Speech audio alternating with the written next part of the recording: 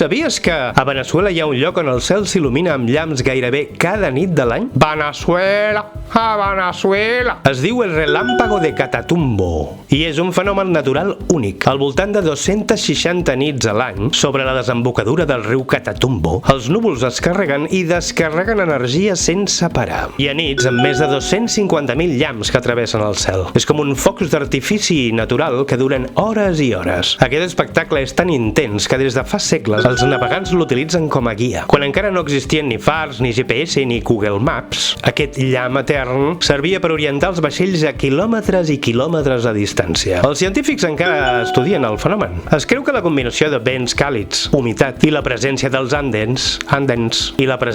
Andes crea les condicions perfectes perquè la tempesta no s'aturi. Però per a molta gent és gairebé màgic. Avui el Catatumbo és patrimoni natural de Veneçuela. Veneçuela, a Veneçuela! I els habitants locals en parlen amb orgull. Un espectacle que sembla tret d'un altre planeta. Sabies que a Austràlia hi ha un llac que és de color rosa fluorescent? Es diu Lake Hillier i es troba a Middle Island. Quan el mires des de l'aire sembla Photoshop, una taca rosa intens al costat del blau del mar i el verd dels boscos. Però no és cap truc òptic, ni tampoc pintura. El color prové d'unes algues microscòpiques que produeixen pigments vermells. El més sorprenent és que aquest color no canvia ni quan l'aigua es posa en un got, i si hi poses la mà dins surt rosa. I tranquil, l'aigua és completament segura, no és tòxica ni radioactiva. Els científics encara estudien per què aquest llac manté el color tan estable, mentre que altres llacs similars canvien de to segons la llum. Lake Hillier és únic. És molt difícil accedir-hi perquè es troba en una zona protegida. Però les imatges aèries han convertit aquest llac en una icona mundial.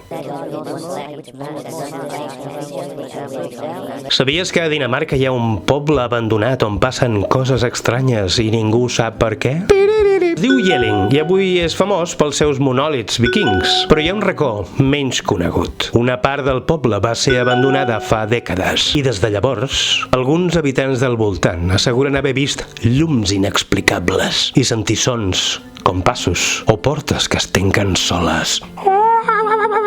Els experts que hi han investigat no han trobat cap explicació clara. Ni corrents d'aire, ni animals, ni instal·lacions elèctriques. Alguns apunten que podria ser un fenomen paranormal. Altres que són restes d'antigues pràctiques de rituals vikings. Però el misteri segueix.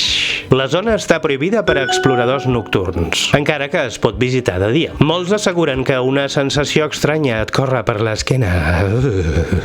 Qui sap què s'amaga entre les ruïnes? Potser només són històries o alguna cosa secreta. Sabies que a l'Iran hi ha un arbre que porta dret més de 4.000 anys? 4.000! Es diu i és un xiprer majestuós. Quan aquest arbre va començar a créixer, les piràmides d'Egipte encara eren noves. Roma ni tan sols existia i la Xina antiga començava a formar-se. Imagina't la quantitat d'història que ha vist passar aquest arbrot. Amb més de 25 metres d'alçada i una soca de gairebé 12 metres de diàmetre. Tros de soca! És tan immens que sembla impossible que sigui un ésser viu. Els científics el consideren com un dels éssers vius més antics del planeta i molts habitants de la zona el veuen com a símbol d'immortalitat. Es diu que l'arbre ha sobreviscut a terratrèmols, sequeres i guerres. Avui és protegit com un tresor nacional i fins i tot és lloc de pelegrinatge. Molts el visiten no només per admirar-lo, sinó per sentir la seva energia. Hi ha qui diu que estar sota les seves branques transmet pau i força. Un testimoni silenciós de la història de la humanitat.